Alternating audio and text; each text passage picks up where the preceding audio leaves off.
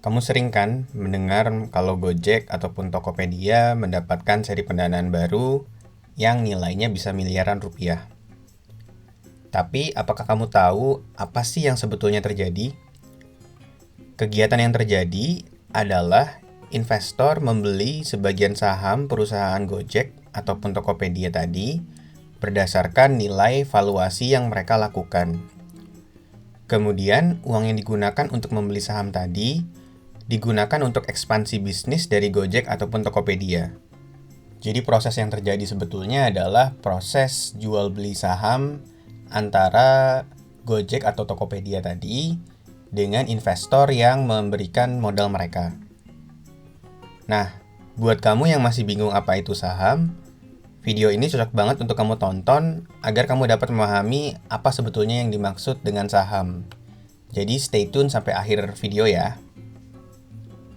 Sebelum kita mulai videonya, jangan lupa klik tombol subscribe dan lonceng agar kamu tidak ketinggalan video-video terbaru dari teman finansial. Saham didefinisikan sebagai surat bukti penyertaan modal dari suatu perusahaan terbuka. Pemilik saham adalah orang yang ikut menyertakan modal mereka dalam suatu perusahaan dengan mendapatkan sebagian hak kepemilikan dari perusahaan tersebut. Sehingga, dengan kamu memiliki sebuah saham, maka sebetulnya kamu merupakan salah satu pemilik dari perusahaan tersebut. Cerita saham dimulai ketika suatu perusahaan didirikan dengan bentuk perusahaan terbuka atau PT. Di Indonesia, PT ini memiliki syarat minimal dimiliki oleh 2 atau lebih pemegang saham dengan setoran modal minimum 50 juta rupiah. Para pendiri perusahaan tersebut kemudian menyetorkan modalnya untuk membentuk perusahaan. Bentuk penyertaan modal inilah yang kemudian disebut sebagai saham dari PT tersebut.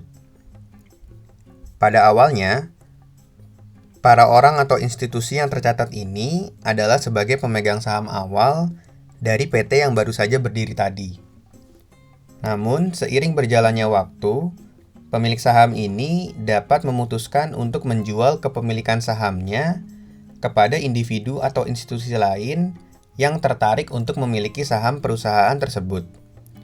Sehingga terjadi pertukaran kepemilikan saham antara satu individu dengan individu lainnya.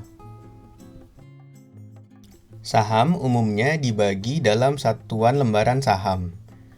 Karena sebelum era digital, pemilik saham mendapatkan sertifikat berupa lembaran saham yang menyebutkan kepemilikan saham yang dimiliki oleh pemegang lembaran saham tersebut beserta jumlah dari saham yang dimilikinya. Sebagai contoh, perusahaan Bank Rakyat Indonesia atau BRI memiliki total 123,35 miliar lembar saham. Sehingga kamu membutuhkan sekitar 1 miliar lembar saham kalau kamu mau menjadi pemilik 1% dari perusahaan Bank BRI. Jadi, ketika kamu membeli suatu saham, maka jumlah saham yang akan kamu beli akan diukur dengan berapa lembar saham yang akan kamu beli. Setiap lembar saham umumnya memiliki harga. Harga ini ditentukan dari akibat supply dan demand pada pasar modal jika perusahaan tersebut sudah terdaftar dan menjual sahamnya ke publik melalui pasar modal. Lalu, bagaimana jika perusahaan tersebut belum menjual sahamnya di pasar modal? Maka, jika ada investor yang menginginkan untuk membeli perusahaan tersebut, investor tersebut akan menyewa jasa perusahaan appraisal atau perusahaan yang dapat memberikan penilaian harga suatu perusahaan yang kemudian akan menilai valuasi dari perusahaan tersebut. Selain itu, bisa juga bukan investornya yang menyewa jasa perusahaan appraisal tadi, tapi justru perusahaan yang akan menjual sahamnya. Mereka bisa menyewa jasa perusahaan appraisal tadi. Kemudian, perusahaan appraisal tadi akan memberikan penilaian dan pada akhirnya dapat menentukan berapa harga per lembar sahamnya.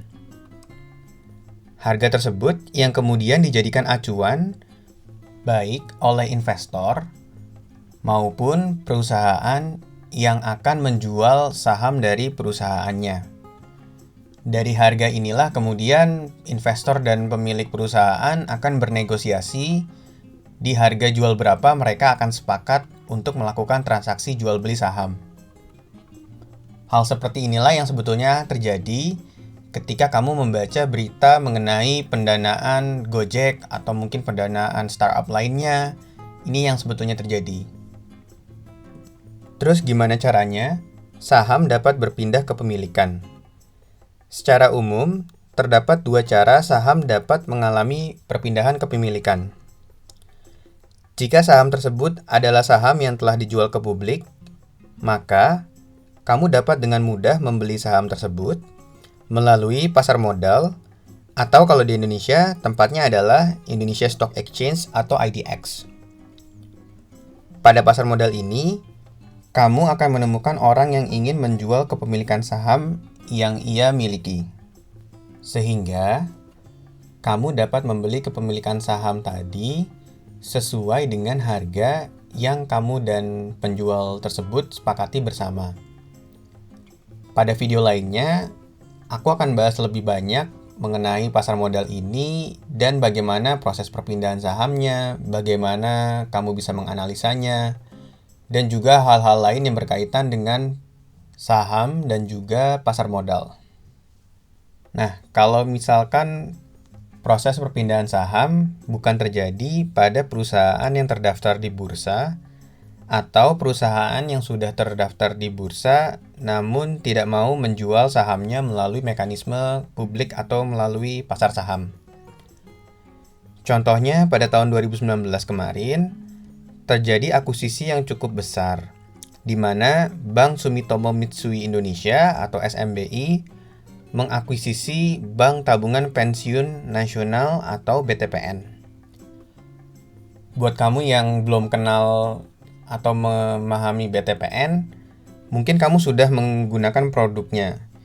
Di mana bisa jadi BTPN ini mungkin kamu kenal salah satu produk bank digitalnya, yaitu produk Genius. Nah, kita lanjut ya. Jadi akibat dari transaksi ini, SMBI memiliki 97,34% saham BTPN atau setara dengan 7,93 miliar unit atau lembar saham dari BTPN. Kepemilikan 97,34% saham BTPN tadi terjadi setelah SMBI membeli 3,33 miliar lembar saham BTPN atau sekitar 56,98% saham BTPN pada harga Rp4.282 per lembar sahamnya. Sehingga SMBI membayar Rp14,26 triliun untuk membeli kepemilikan saham BTPN tersebut. Nah, harga Rp4.282 per lembar saham ini terjadi akibat dari kesepakatan antara SMBI dan BTPN. Jadi mekanisme yang terjadi pada saat pembelian saham BTPN oleh SMBI tidak terjadi melalui bursa atau pasar modal.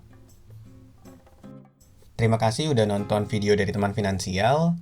Semoga apa yang aku bagiin di sini bisa bermanfaat buat kamu ya. Jangan lupa juga untuk subscribe YouTube Teman Finansial supaya kamu nggak ketinggalan video-video terbaru dari Teman Finansial yang akan dipost setiap bulannya. Sampai berjumpa di video lainnya.